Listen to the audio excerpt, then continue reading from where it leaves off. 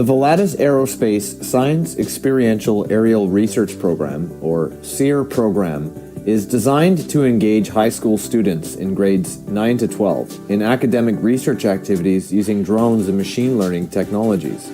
Students will learn how to collect aerial research data using drones or uncrewed aerial systems that are equipped with specialized multispectral remote sensors capable of detecting light wavelengths outside the visible spectrum.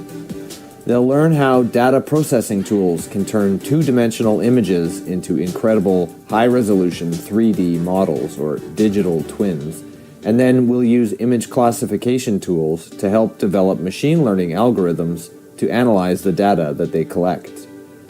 The objective of the research is to identify a novel process or solution to a relevant community sustainability issue, such as urban tree canopy diseases, agricultural crop diseases, or coastal and community litter problems. There are 3 projects in the SEER program that can engage your students wherever you are located, whether inner city urban or rural and remote communities. The Dutch Elm Disease Project seeks to identify American elm trees within the urban canopy that are infected with the devastating Dutch elm disease before the disease presents itself visually. Early detection of the disease will enable municipal crews to treat the trees with a fungicide, saving the tree from a would-be wood chipper. The Crop Disease Project is similar to the Dutch Elm Disease Project in that we are seeking to identify crop species, growth stages, and potentially different diseases across a variety of crops. This project is a great way to engage students from agricultural communities in the high-tech applications of the SEER program. The Litter Project seeks to identify the presence of litter and garbage debris that washes up on coastal beaches, along lake and river shorelines, or even community-based litter that can be found in urban parks and green spaces. In each program, students will use drones to collect data and use machine learning tools to analyze it. They will be engaged in the scientific discovery process throughout the course of the program. Hey everybody, welcome back to your Dawn of Autonomy podcast. I'm Dawn Zoldi, your host and the CEO of P3 Tech Consulting. We are in a month dedicated to the theme of education, sponsored by USI. And speaking of sponsoring, this is our 3rd year for the Volatus Above and Beyond series. And today's guest is Matt Johnson. He works with Volatus and he runs the SEER program that we're going to talk about today. So thank you, Volatus. Thank you, USI. Matt, welcome to the show. Thanks for having me on the show. Absolutely. So Matt, for those that don't know you, can you tell them a little bit about yourself? Yeah, sure. I used to be a high school teacher. I taught mathematics for 5 years. God bless you, Math. Oh, wow. I don't know how I did it. I don't know either. I spent 10 years in the Canadian Armed Forces. I was a captain in the Army, and I got into the drone industry in 2015 while I was still teaching, just as a side hustle to figure out what kind of opportunities there might be. And that really took off rather quickly. Within a year, I knew that there was just tons and tons of opportunity to pursue. Had to try and dial it down on a few specific industries that I thought were probably the best return on investment at the time. And so I focused on agriculture for a few years. Makes sense. Although I did a lot of other stuff, agriculture was my specialization, and that started in 2016.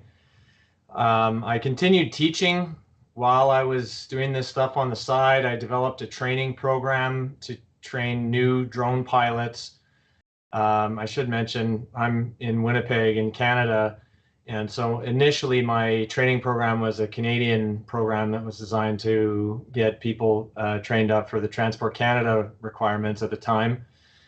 And that went really well. And I would teach Monday to Friday, hop on a plane and fly across the country and run a 2-day, 16-hour ground school, fly home Sunday night, and then teach Monday to Friday. And then sometimes I'd do that again. Usually 2 weeks in a row would be enough, and then I'd take a break. But it was going really, really well. I was getting, on average, in the first year, about 15 people per course that I was running, which was incredible. That is. And so I decided in 2017 that I had to step away from teaching, and so I focused entirely on my business at that point.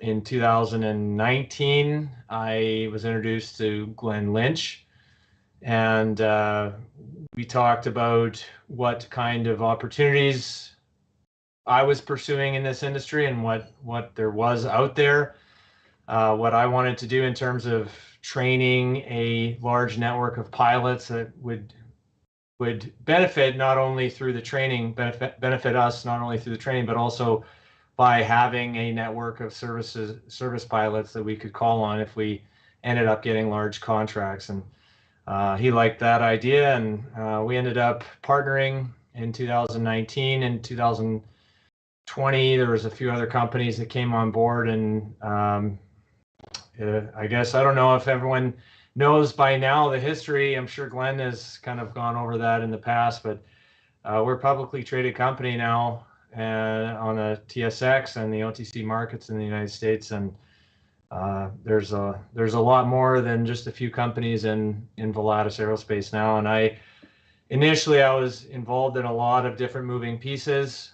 I've kind of holed myself off in a corner and focus on education specifically. I've been able to circle back to my roots, I guess, and I'm passionate about training young people about, well, just teaching in general. I was quite passionate about teaching, and even though math wasn't even my favorite subject, that's what I was teaching, and I loved teaching no matter what. So it was hard to step away, and it was really nice to be able to develop these programs and come back into it, to be able to work with kids and work with other adults and other teachers, teaching them how to use drones effectively as tools in the classroom, not unlike computers are used as tools. It's the approach that I've taken to using drones as an educational tool is more focused on using it not to teach the drone itself, but just to teach your curricular outcomes.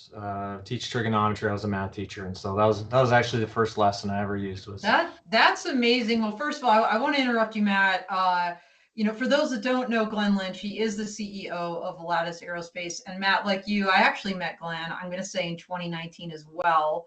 That's when I created my company. And he was one of the first people I kind of met through the industry. And, we've been working together really ever since. And so I could see early on his passion, not only for the drone industry, but also for education, for military service. I know his son is also in the military. He's very proud of that and talks about that often. Thank you. That's actually how I met him. I served with his son. Oh my God. Okay. So what an amazing story and small world. And I love how you've been able to circle back to like what you love and what you're passionate about, education and, this passion that sparked in you for drones as a tool to teach all different kinds of things. So I imagine, just like me, your military background helps you in ways you probably didn't even foresee, in not only running your own business, but now working with Volatus and standing up the SEER program. So acronyms, we're both former military, we use them all the time. What does SEER stand for? SEER is the Science Experiential Aerial Research Program. I chose those words specifically because of the fact that this it's not really a drone program, it's a science program. First and foremost, I'm teaching science. I'm teaching about the electromagnetic spectrum. I'm talking about photosynthesis and using a lot of different concepts from science and physics and incorporating drones as the medium to teach about those things. And that's really what these programs are all about. Well, I'll tell you what, that makes it come to life for students and makes it so more interesting. So true story, in high school, I had a biology teacher. And one of the projects he made us go out behind the school into the forest. And we had to count all the groundhog holes. And we had to do a report on the time of year it was, like how many groundhogs that we would estimate were out there given mating season and all these other things. So Like that kind of experiential learning is something like I can still remember that to this day, right? Like I'm old. And so those kind of palpable experiences for students that bring concepts to life are so incredibly valuable. And I love how you've incorporated drones into your pedagogy. So here's my question to you. In doing this, what problems were you trying to solve? In other words, you were teaching math, you had experience, with high school students, you're looking around, you see this tool. What made you come up with this idea like, hey, drones, I can use that for trigonometry in my math class? What problems were you trying to solve in creating SEER? Well, SEER has only come along. It began in 2001 with an idea in 2001 and it's developed over the last few years. But initially, the first program that I created was a professional development program for teachers that I called Drones in the Classroom, and that was created while I was still teaching because I wanted other teachers to learn about this industry, and everyone I knew at the time knew nothing about the drone industry and what was going on. Yeah, no doubt. I mean, you're talking, yeah. It was very novel at that time. And even still, though, I think a lot of people that aren't exposed to the drone industry think of them totally different than what they actually are. They don't necessarily realize the magnitude of what they're being used for in so many different fields and so many different ways. Yeah. It's a disruptive. Matt, including art, we always talk about STEM, but there's STEAM, and you think of the cinematography that's happening with drones, and I think Joe Q Public might even have a basic familiarity just from going to the movies and seeing the incredible panoramic shots from the sky. So they realize, like, oh, in my brain, I'm always sitting there like, that's a drone shot, But I think people might. I'm actually saying that out loud and driving my family crazy. Shot. So, but that art teacher, or the photography club, are they thinking in those terms right now?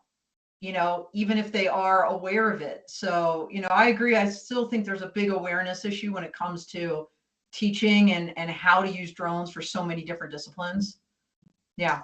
Yeah, so that was the kind of the impetus, and I had seen how awesome the technology was, and I really wanted to kind of blow the kids away with this awesome piece of technology. Like when I was early in my drone career, like I had a $4,000 drone fairly early on, and then a $10,000 drone the next year in 2016, and like it was an Aspire 1 at the time, but it was pricey when I first invested in it. Yeah.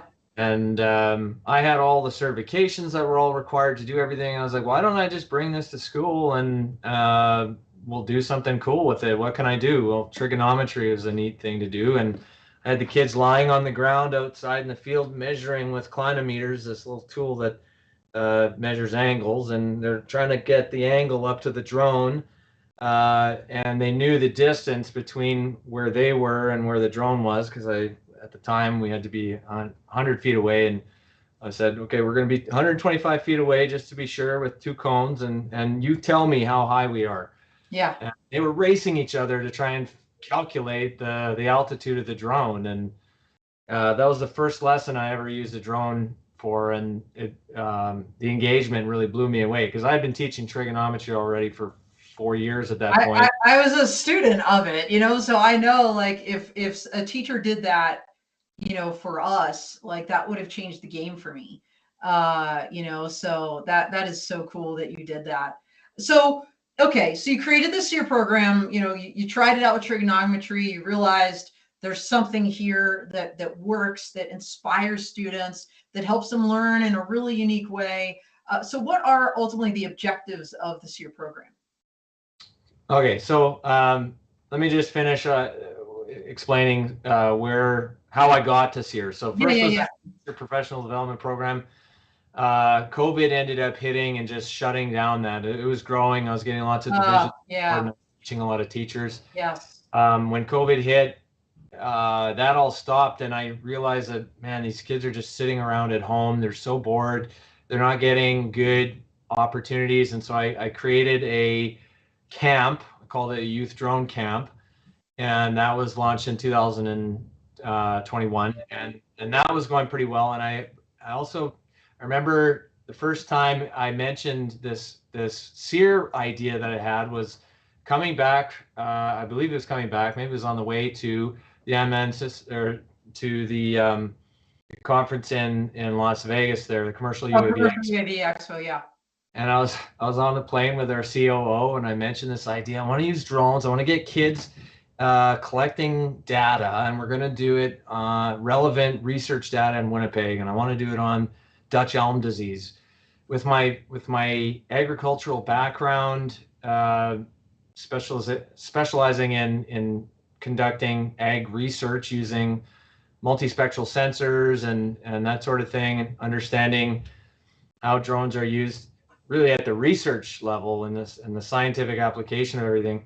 Like, why don't we use it to look for diseases not in crops but in the trees? Because in Winnipeg we have the largest elm tree canopy of any large city in North America. We have 400,000 elm trees, and Dutch elm disease is very widespread across North America. It's here in Winnipeg, and it's a huge problem. And the city spends a lot of money every year trying to fight it. And the way that they fight it is by going around and looking for it visually, looking for symptoms. And I knew that plants often don't show symptoms of diseases. They don't show it visually before they show it through the near infrared spectrum. Oh, really? Yeah. And I imagine once they show it visually, it's almost, it's kind of a little bit far down the road at that point. It is. Exactly. Like it's hard. Like now now you're fighting this thing as opposed to trying to prevent it or nip it in the bud. It's like a human being. If you're sick, your temperature may be elevated a little bit before you even start to sweat and start showing being sick visibly. Yeah. Plants do the same sort of thing with chlorophyll in their leaves. And so that's amazing. So that was the idea, was to look at the trees from above, where they're all, that's where they get their energy from, right? The top of the tree getting all this light from the sun. So that's where plants put their chlorophyll concentrated the highest. Yeah. And if you're going to try and look for symptoms, like non-visible symptoms of diseases, the top would be better than below, which is where they normally do now. So you're pitching this idea to your COO on a plane at this point, and said already, and he's like, "Well, if you want to do that, then go for it." I don't understand. So did you leverage your connections, your former connections with education, with maybe your previous school, to then launch this thing, or how did you connect with the right teachers, the right students to have the first SEER program? I had connections through the teacher training program I had developed first, and started in a few different school divisions in the city here. We call them school divisions in Manitoba, but they're school districts in other areas. Same thing, just groupings of high schools in the areas. And so anyways, I reached out to one of our contacts. It was Seven Oaks School Division in the northern area of Winnipeg, and they were interested in a pilot project for the SEER program, and we ran it in 2022. Okay. The spring of 2022, and it went very well. And so how many students? Like, how many students? Did you use the Inspire drone? Something different? Like, tell me a little bit about the, kind of the 5 W's of how this program worked.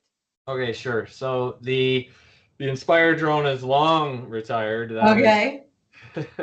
The Inspire 1, the Inspire 2 is retired. We're into this year, or the last few years, we were using the DJI Matrice 300 with a MicaSense Ultim multispectral sensor on it. And that's a big drone. Yeah, it's a heavy duty system. The kids are just blown away by it when they get the opportunity to see it, and some of them even get the opportunity to fly it, because we get them to write their pilot exams ahead of time. Some of them do. Some of them go ahead and go for their advanced pilot certificate, and we say if you're able to get the certification, then you get a chance to fly some of the bigger equipment.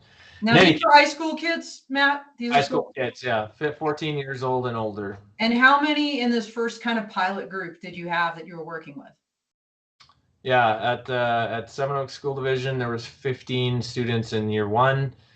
And then in year two, we grew, we got actually a grant from the government in year two for $500,000 over 3 years. Yeah, the money goes to cover the registration costs of the school divisions taking part in the program.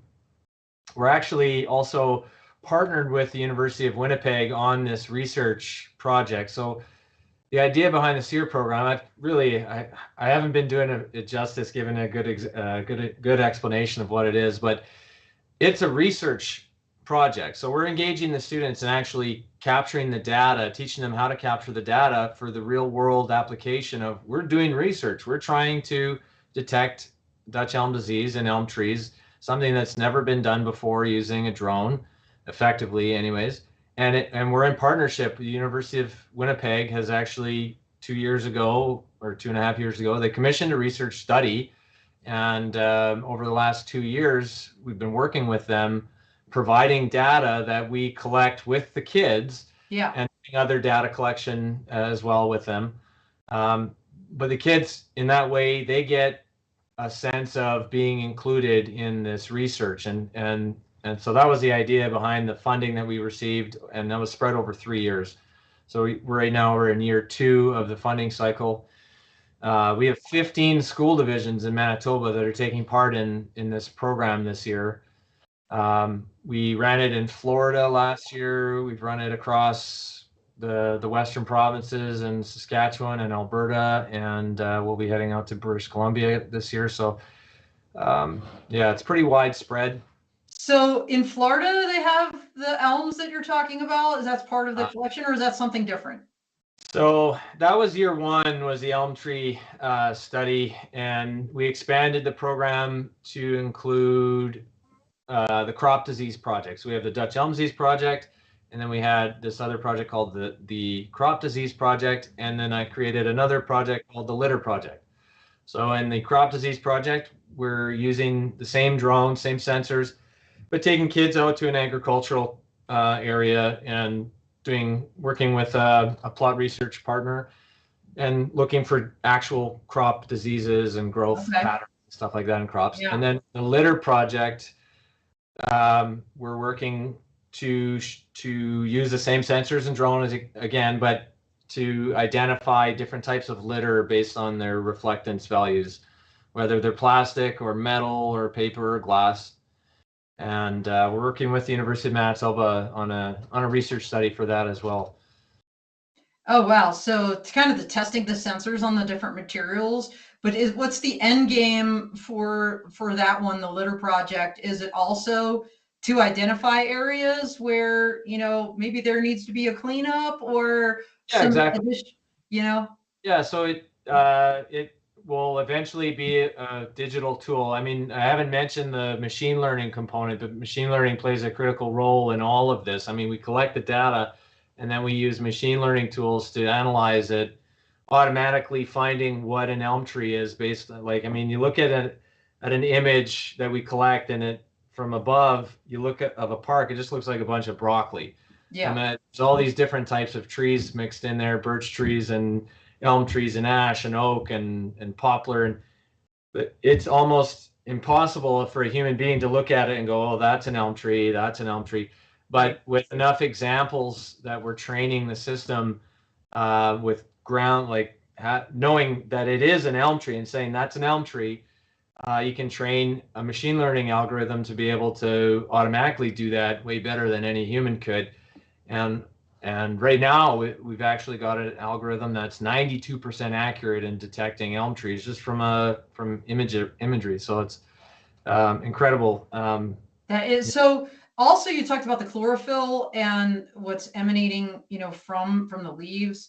What sensor are you using? Is it a thermal sensor or something else is multispectral, and if so, like what are the different So the bands that we're capturing with the multispectral sensor are red, green, and blue, and then near infrared and red edge. And near infrared more than red edge. Both of those two have a higher reflectance in in healthy plants versus unhealthy plants. They have a very strong correlation there, but near infrared more than anything. So is your ML then, Matt, are you training your ML not only to detect the elm tree, but also then to detect the different ones? Yeah. Once it can find the elm trees, then it will scan the health of them and the reflectance value to try and determine, and that's what the research component was from University of Winnipeg, was to see if you can actually confirm based on reflectance values from a drone, a multispectral sensor, if the tree is likely to have Dutch elm disease. It's not actually to confirm it 100%. You still need ground crews to go. Yeah. But what we can do now, instead of relying on the ground crews to look and diagnose and then do their ground inspection where they take a sample of the bark to try and confirm if it's disease, we're basically trying to say that, hey, using this system, a drone with this sensor, you can actually be more accurate, at least as accurate, if not more accurate, than the traditional ground-based method. And you don't use nearly as much carbon while you're driving. I mean, the crews are driving around all day looking at trees, where a drone is just in a very short period of time covering the same area or more without needing to drive at all. That's amazing. So I'm going to go off script, Matt, so bear with me. Do you have any, so there are a lot of folks out there like you that are very inspired to teach the next generation, to teach them about drones. I think what you're doing is very unique with this experiential aspect.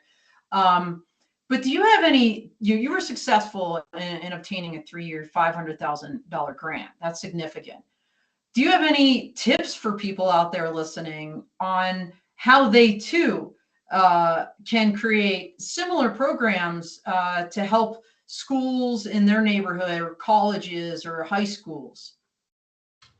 Yeah, there are lots of grants out there. There's tons of grants.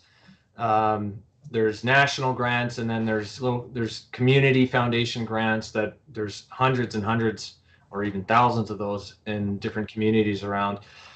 So first of all, just trying to find funding bodies. In the case of the Research Manitoba grant, I just had reached out to them. It wasn't a specific grant that they had put out. I reached out and said, hey, is this something that might be fundable? And are you able to help me figure out how to find funding for this?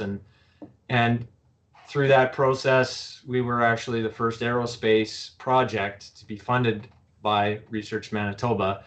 It was just by reaching out and trying to make those connections and letting them know that, I mean, the magnitude of what we're working on is pretty interesting. We're engaging kids, potentially in Winnipeg anyways, in detecting Dutch elm disease, which ultimately could lead to early diagnosis, early treatment, early removal of trees, and eventually decreasing the spread and potentially over time eradicating the disease. And if you can get ahead of it, then you can get rid of it.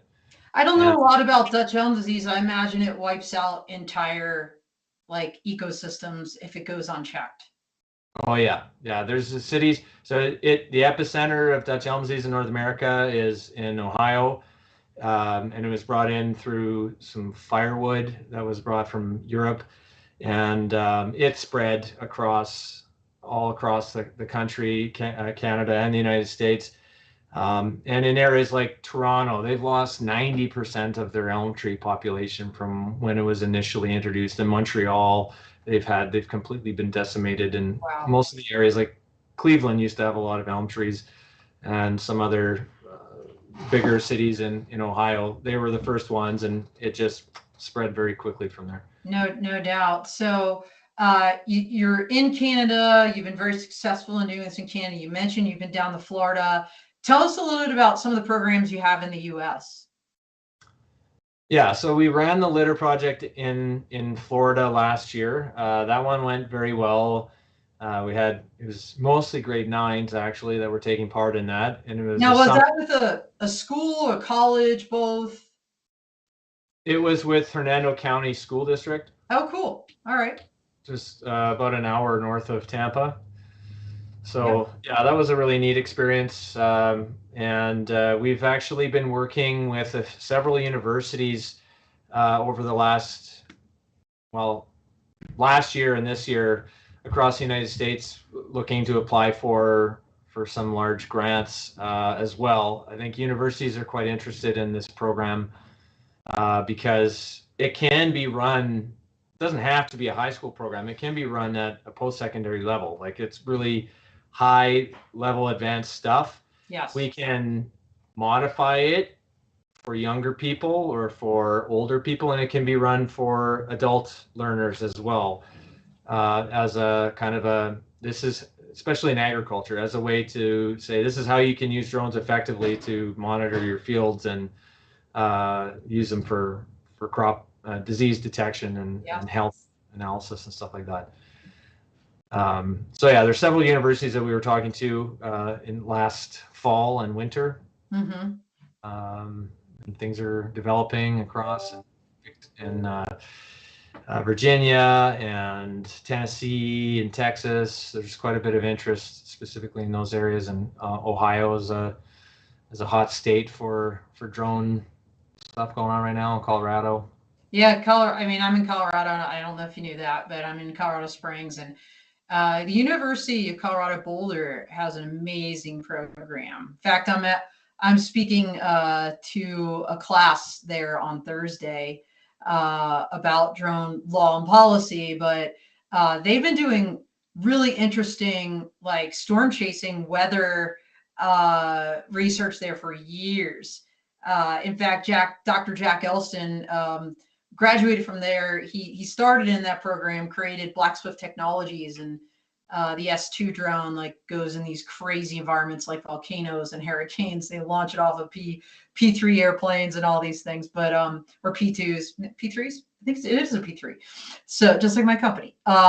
So yeah, I mean, look, the sky's the limit when it comes to education and what you can do with drones. What you're doing is really, really special. I hope people that are watching will reach out to you, Matt, to learn a little bit more how they can get involved, learn from your experience, not only in the classroom and from the military, but you've created this program from scratch, and it's obviously highly successful.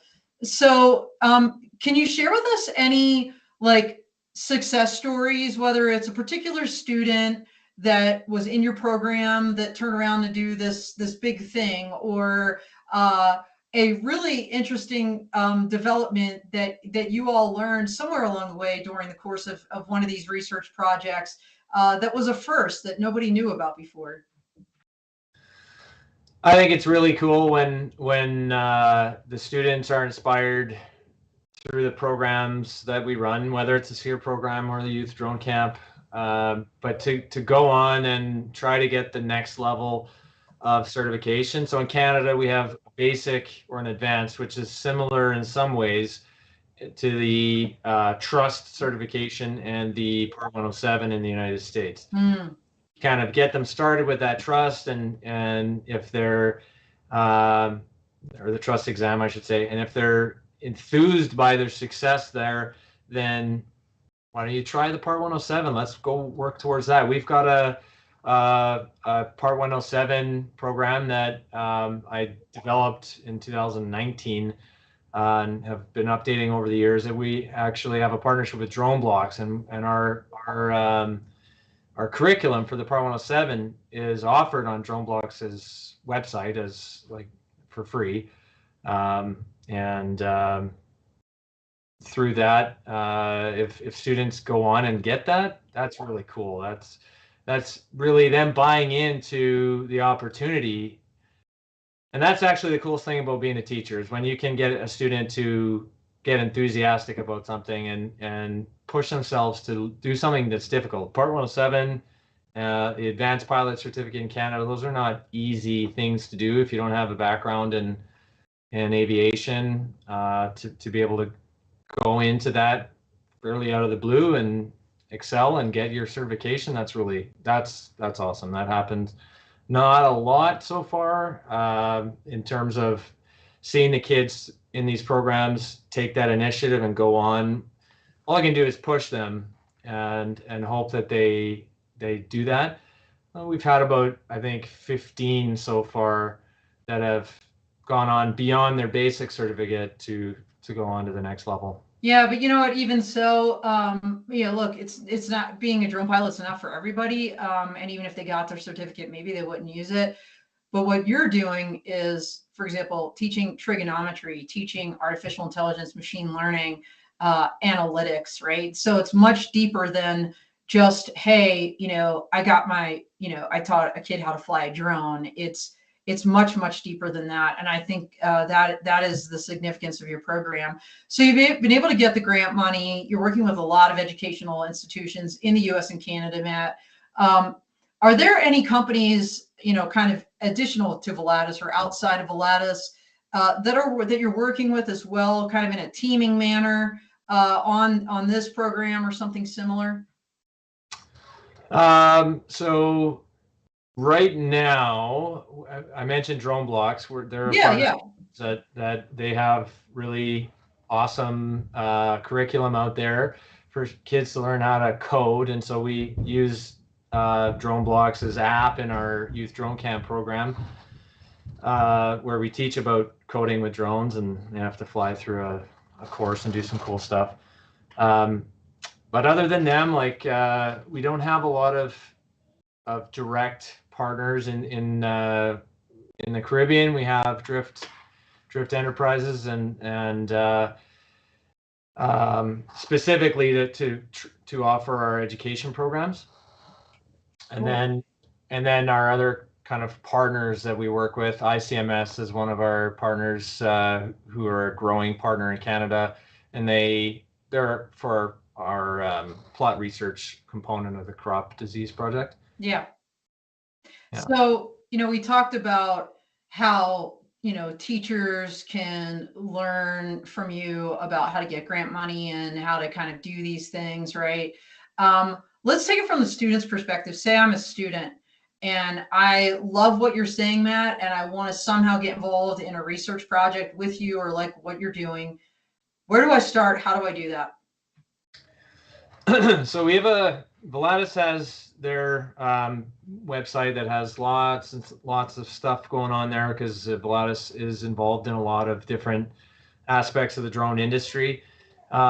We've put together a separate website called dronesined.com, which is a part of Volatus, but it's like our education wing.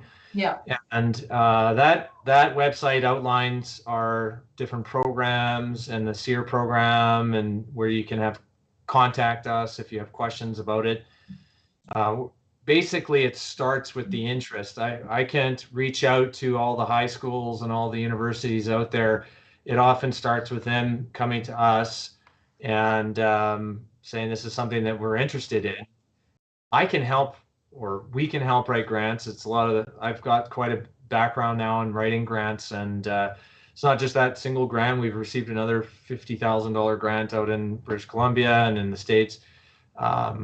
It's something that I think is a big part of education. That's how they can take part in these programs. The schools don't just have wads of money that they're sitting on. If they want to take part in cool projects like this and high tech stuff, often they'll need to apply for funding in some way. So why not help and get involved in that process?